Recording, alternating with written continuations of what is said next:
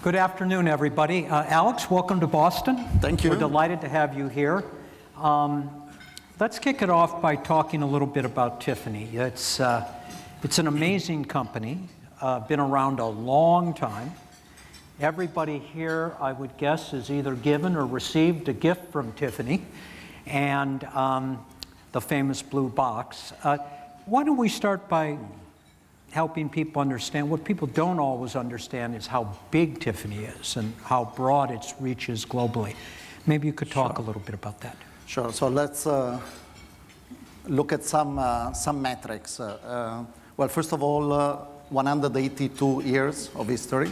The company was founded in New York in 1837, and now it's a corporation that is listed in Wall Street since 30 years, with a sales turnover of about $4.4 billion last year, earnings from operations of about 800 millions.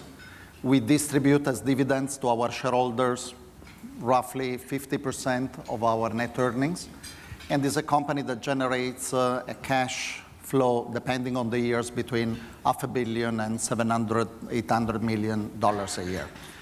But these are the financial metrics. What is more important is that the company is a truly global luxury brand with a business that is 60% outside of the United States. Of course, the US keeps being our first market in the world, but the second one is Greater China, and the third one is Japan.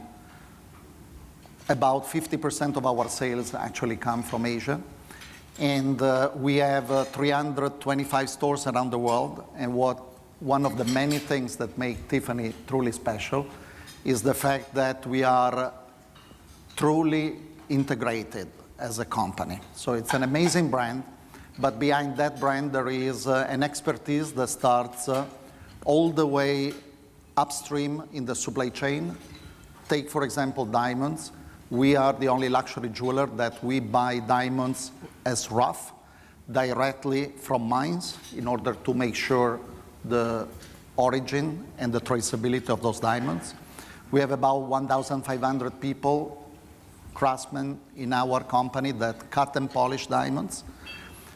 Other thousands of people that make the jewelry in 5 major workshops in the US, one, by the way, not too far away in Rhode Island. And then we are integrated all the way, of course, through design and retail. So you can buy a Tiffany product only at the Tiffany store. We have about 325 stores around the world, 100 of them in the US. And there are no sales at Tiffany. There are no discounts at Tiffany. There are no outlets at Tiffany. And this makes the brand that beautiful, shining brand that I think this country should be really proud of. And sometimes I feel awkward because being Italian, to have the honor to lead such a brand with such a legacy, which is truly an American institution, sometimes makes me wonder about how is it possible that, of course, the reputation of the brand in the US is amazing, but sometimes the pride that this country should have about this brand is, I think, is not big enough, because this brand is really, really amazing. If you look at its history, at its present, is really something that this country should be proud of. Well, that's a good lead-in. Let's talk a little bit about the brand. So how do you nurture, how do you take care to not kind of screw it up? Sure. I mean, that blue box, that white ribbon, that experience in the store, that smile on the face. When it's always impressed me what a large percentage of people who shop at Tiffany are men, because they know they won't disappoint who they're buying for because how do you take care of that brand? Yeah, absolutely. We are, of course, extremely proud of that little blue box. because it's an iconic, not only packaging, is literally is a box that makes the heartbeat faster in people. But at the end of the day, as beautiful as it is, it's still a box. And what is really the strength of the brand is the content of that box. And that is where I feel really this big duty of not screwing it up.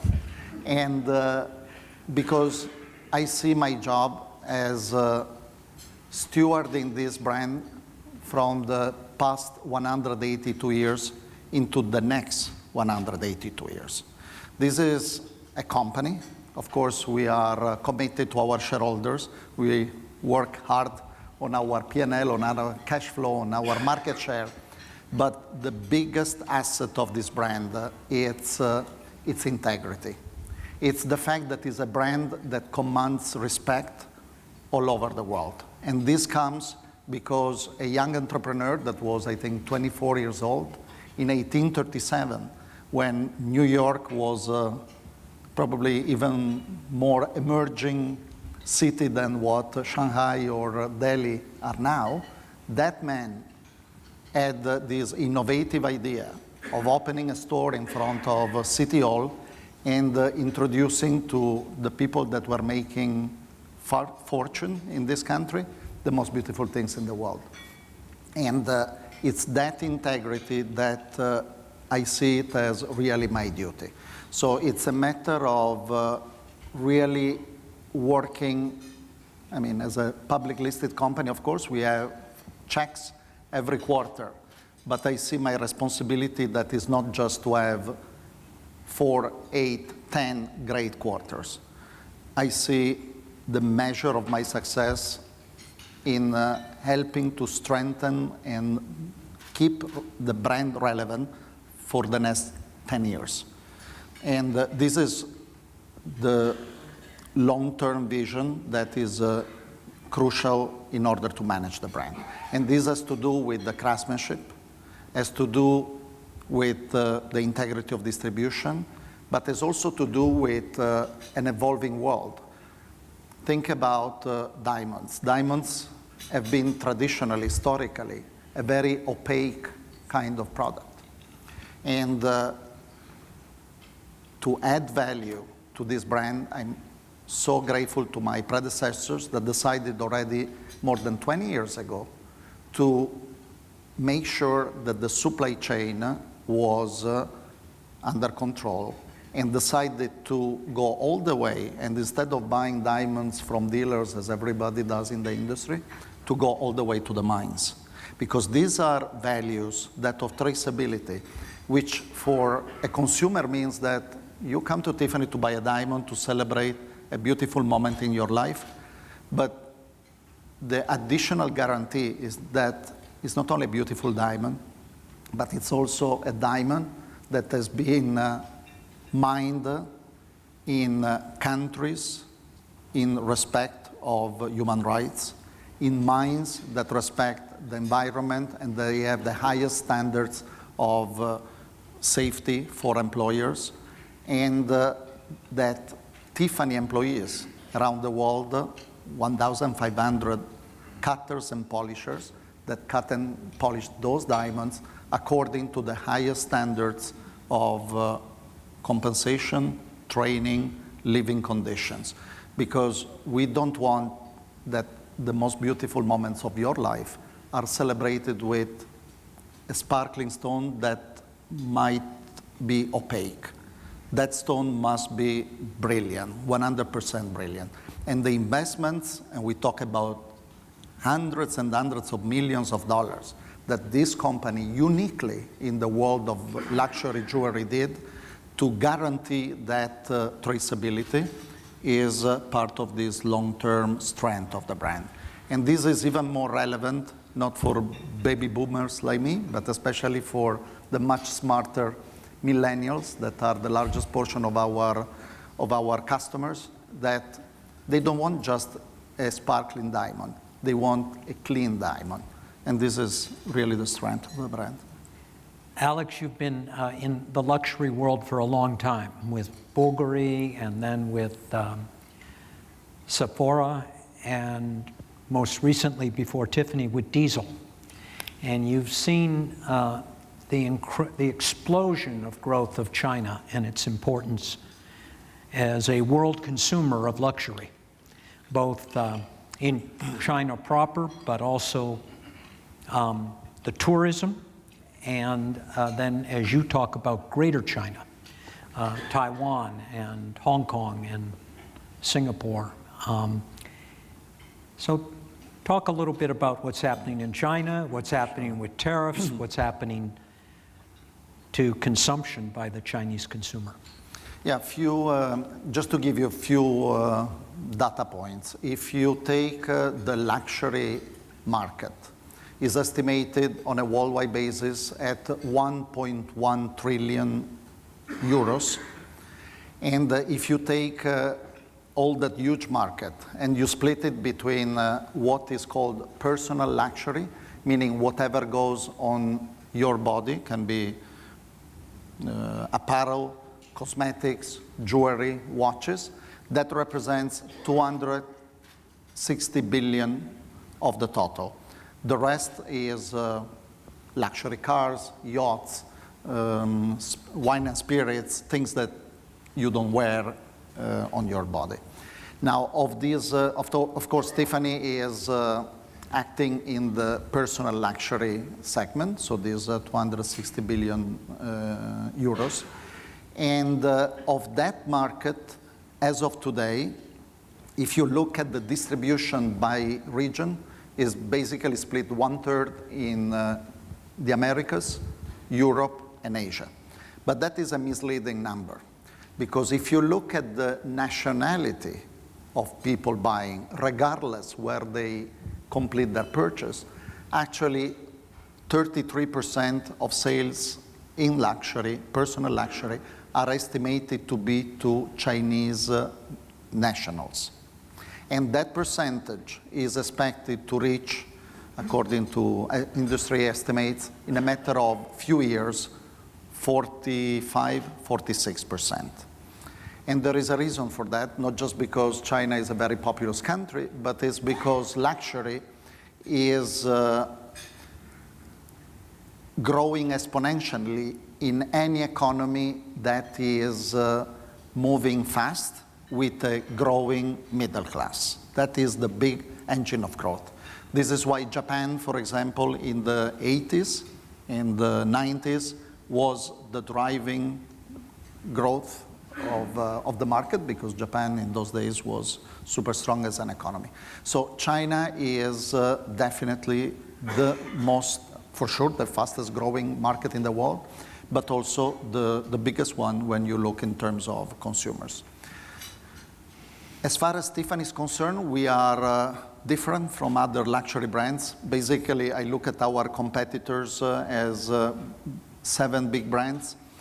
I take the threshold of 3 billion as sales volume. If you go, there are many luxury brands, but they tend to be smaller, in spite of being very well known. If you go over 3 billion, you are left in terms of truly luxury brand with 7 brands. And of these 7 brands, 6 of them are European, either French or Italian, and only one, that is Tiffany, is an American brand. And compared to our European competitors, we entered the Chinese market late. We opened our first store in 2001, but then the real development of the network started in 2007, 2008, and now we have 35 stores in mainland China. And now we can say we have reached the critical mass in order to be present in that market. So to come back to your question, which is the biggest dynamic? Chinese consumers being the driving force of luxury. Number 2, big switch in the last 12 months from Chinese consumers purchasing abroad to Chinese consumers now purchasing in mainland China. The biggest trend, and you see it also in our numbers for the people that follow our stock, you will see that in the last 4 quarters, we have been suffering in sales in the US not because of the US consumers, but because of a drastic decrease of Chinese tourists not buying in the US, first and foremost because of the strong dollar, and then, of course, all this trade war is not helping on the other side. And on the other side, the Chinese authorities have been pushing a lot in order to repatriate consumption into China by lowering sales tax and lowering import duties, I have to say, for non-American companies. So what the trends are is overall Chinese consumers are the engine of growth. Mainland Chinese consumption is growing enormously. It's a public data. We have been growing in the last quarter in mainland China by more than 25%, actually close to 30%. So growth in mainland China is huge. But outside markets like Hong Kong, like the US, like Japan, that are typical tourist destinations for Chinese consumers, have been suffering a lot. More so in the case of Hong Kong, because Hong Kong is a crucial market historically for luxury. If you take Tiffany, Hong Kong is our fourth largest market in the world after US, mainland China, Japan, and then would be Hong Kong. And in Hong Kong, because of the protest of which you are all aware, of course, the business is very difficult now. This morning, the Hong Kong government issued the statistics of the month of August, and the Chinese arrivals of Chinese tourists in Hong Kong decreased in August by 60%, which is not surprising because of the protests going on, and we have stores closures pretty often. And, but I keep on being optimistic about Hong Kong because it's an amazing place where people they're so creative and resilient, and I've seen in my last 25 years in luxury, Hong Kong going through very downside moments and then bouncing back very strong. So we keep on being committed to that market, but in this moment is difficult. Typically, when Hong Kong suffers, Singapore benefits. So it's clear that some of the tourists that are not flying to Hong Kong, they are flying to Singapore, and that partially compensates this. To go specifically to the point of the trade war and tariffs, I would split the issue into one is a business issue, where, of course, Tiffany, as we manufacture our products in the United States, we have the opposite problem of many American fashion brands, where their problem is that they manufacture in China and they bring their goods to the US, and so there are higher duties. We don't manufacture any product in China. We manufacture in the US, but of course the Chinese government had retaliatory tariffs imposed on US-made products. So now we are at disadvantage compared to our European competitors because they enjoy lower duties while we have this extra cost. But I want to deal with this internally without transferring this extra cost to Chinese consumers, because I think this has to do with trade wars, politics, etc., and consumers shouldn't be affected by that. Of course, I have to manage the P&L and try to compensate that somehow, but not through price increase. On the other side, if we look really at the connection between the Chinese consumers and Tiffany as an American brand, it has never been better and stronger than now. So all these political, commercial kind of disputes are not having any impact on the love that consumers in China have for Tiffany. And the first metric of that, of course, is sales. I think sales wouldn't grow in excess of 25% if there was an issue there. But there is also a lot of efforts that the company is doing. For example, I'm back just 10 days ago, I was in China for the opening of the largest ever exhibition that we did on Tiffany. It's an amazing exhibition that will last for 6 weeks in Shanghai at Fosun Center.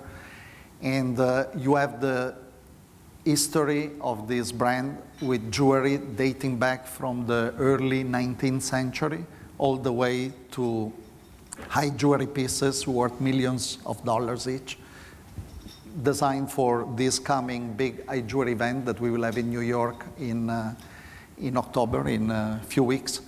And it's amazing. I mean, the curiosity, especially of Chinese millennials, for the brand, trying to understand what there is behind the name, what is behind the blue box, why this brand is so famous, and how curious they are, how dedicated really to understand the history of design, what technically, craftsmanship-wise, Tiffany has done in the last 200 years is amazing. And I mean, it's a huge success. And we really, again, are there for the long term. And this is one of the big initiatives we are doing to reinforce our presence. You referred to it, and then we're going to ask you for your questions, but you referred to the commitment on sourcing and the commitment to non-conflict stones. Tiffany doesn't sell coral. Tiffany doesn't sell ivory. Tiffany doesn't sell the greatest rubies, the ones that come from Miramar, because of concerns about how the mines are mined and unfair labor practice and corruption in the supply chain. So there's been this deep commitment to corporate social responsibility and to ESG. And maybe you're new to Tiffany and you inherited that. Maybe you could talk a little bit about how you think about corporate social responsibility as it relates to the brand and to the company. Well, I was impressed by many things when I joined Tiffany, and one of those has been the commitment to ESG and corporate social responsibility on many different levels. We would need an entire day to, to describe it all, but first of all, at governance level. I mean, Larry is a very humble person, but when he joined the board of Tiffany, he started the committee for corporate social responsibility, and we have a committee that, with the chair, that really supervises all the corporate social responsibility initiatives of the company. And this has to do with different aspects of our activity. One, of course, is specific to the metals we use to make sure that they come from known sources, mine in the US, that we certify for being compliant in many respects. The diamonds we spoke about, and other factors like, for example, in workshops that we have in Africa, in Asia, for the cutting and polishing of diamonds, to make sure that people, our employees, are not only working in the best working conditions, but they are paid not just the legal wage, but they are paid living wages. So, okay, all this has to do with our supply chain. But then there are other factors that have to do with diversity and inclusion. I'm very proud that, for example, our board of directors, 45% of the members are women. Our workforce, over the majority of our employees are women. And then there is all a commitment also in terms of the environment. So, for example, Tiffany, directly or also through our foundation, we have been supporting causes that range from the protection of wildlife in Africa to the reclaiming of the areas on the West Coast where in the 19th century there was the gold rush, and a lot of gold was mined, but all the leftovers were left there, and these huge areas that are really damaged since 100 and more years. And Tiffany has contributed to the reclaiming of these areas to make water, plants, nature come back to those places. And a huge commitment to all the underwater world in the protection of coral. We decided against our short-term interest of not dealing with coral, which is a beautiful gemstone, but we thought it was not the right thing to do because it destroys a beautiful ecosystem. Like we don't deal with Burmese rubies because even if they are the most beautiful one, and again, would be a business opportunity, but it's not the right thing to do. We don't deal with malachite, which is a beautiful green stone, but it comes from the Democratic Republic of Congo, which is a country that is really at the bottom in terms of human rights respect. So there is a huge commitment in the company about this, even when it requires big investments or it requires to give up on a business opportunity that would be there. But again, I believe this is really part of the beauty of this brand. What is special about Tiffany is that if you run a research, people say about luxury brands, oh yes, I like that brand because it's about power, it's about status, it's about ostentation. When you ask them about Tiffany, they say, I like that brand because it's a brand about love, it's a brand about the most beautiful moment of my life, and it's a brand that I feel good about. And for me, that I feel good is the most important thing we can do. Okay, well, let's get some questions going. That rumor that was circulating that the best question gets 50% off their next purchase is not true. But what would you like to ask?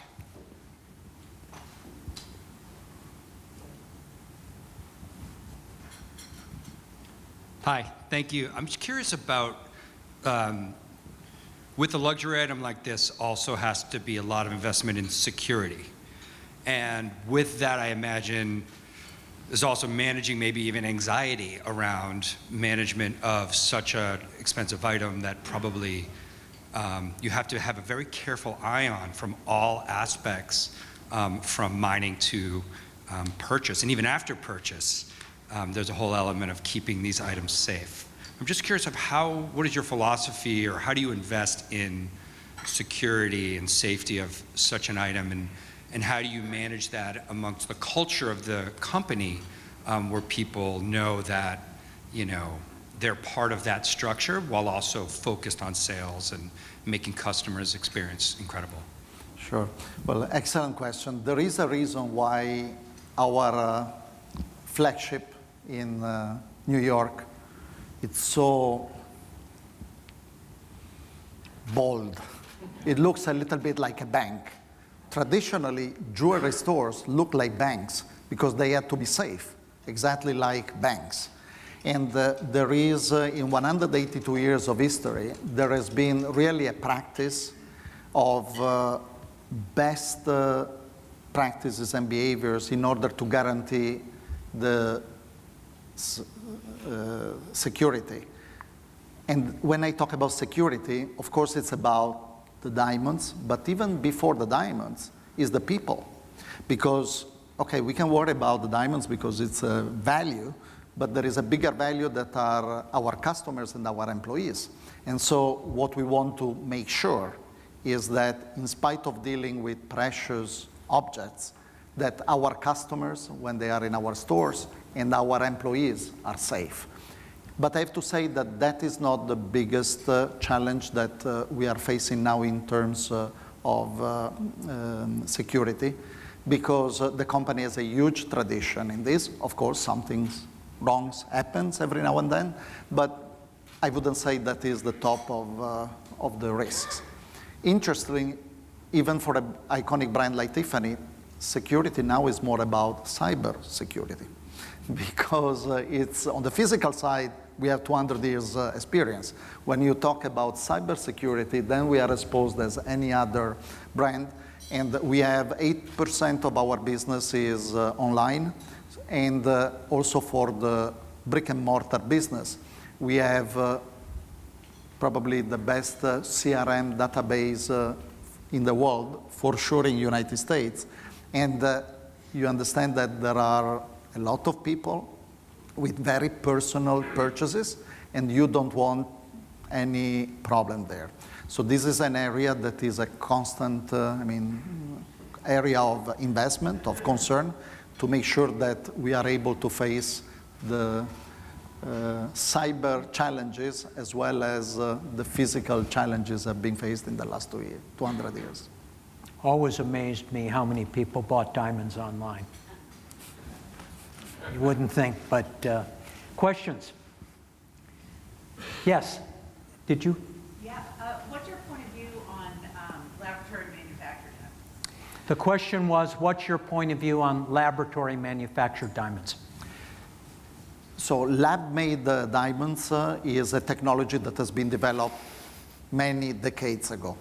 Now recently, and it was done mainly in order to manufacture cheap diamonds for industrial use.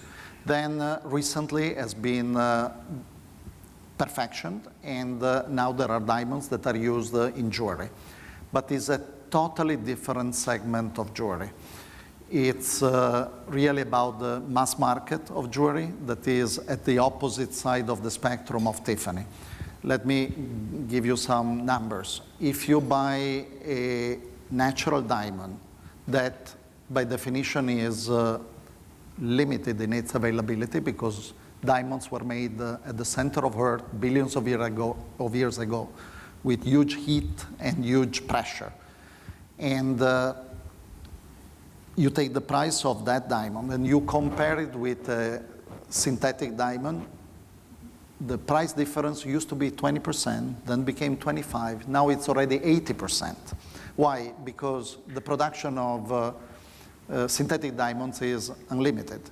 You still need a huge amount of energy because you have to reproduce that huge heat and pressure that Mother Nature did billions of years ago, but it's possible, and this is why the prices are going down. So there will be a market, definitely, but it will be a market similar to the market of very nice crystals that has always been in the market, but is a totally different area than Tiffany or our direct competitors, where the point of Tiffany is not just about a material, but is about the craftsmanship, the design, the man work that is around that product. Yeah. So I don't think this is at all a threat to our business, but it's a growing sector.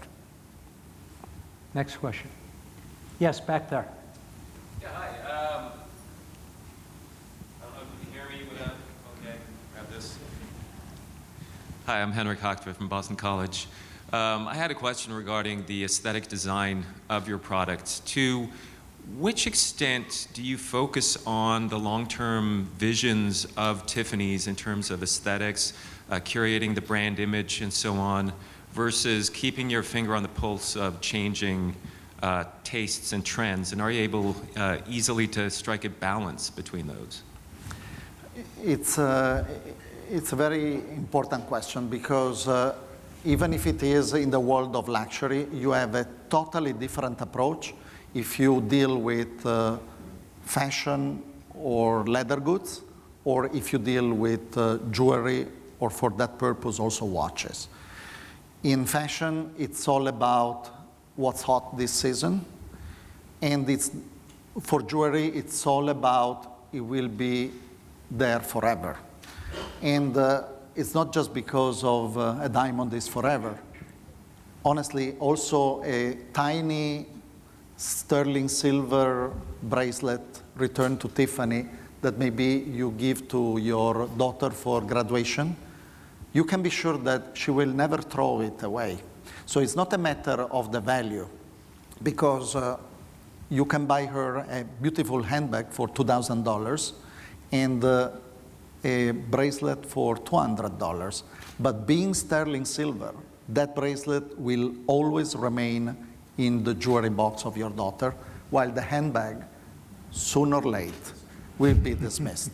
So it's not a matter of price, but it's a matter of approach.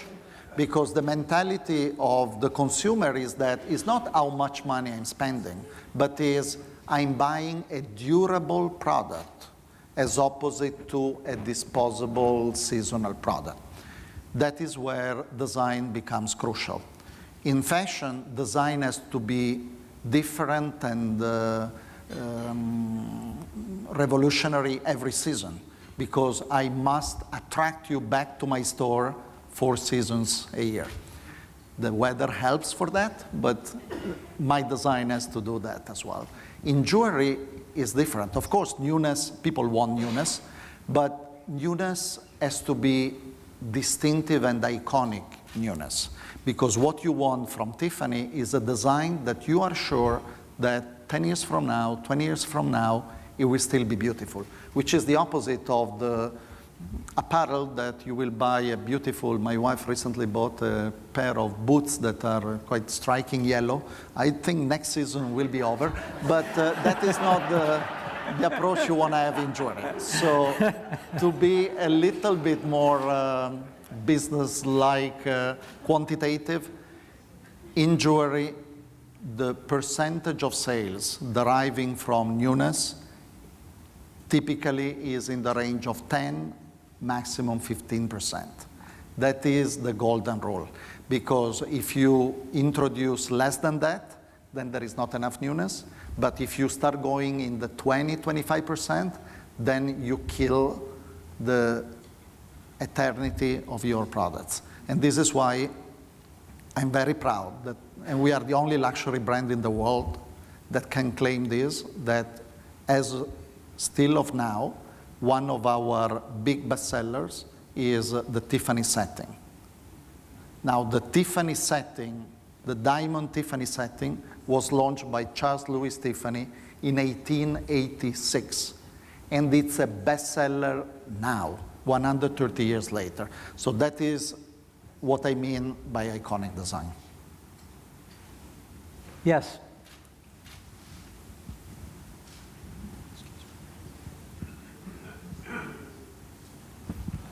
Normally my voice is loud enough, but it's still a bit quiet today.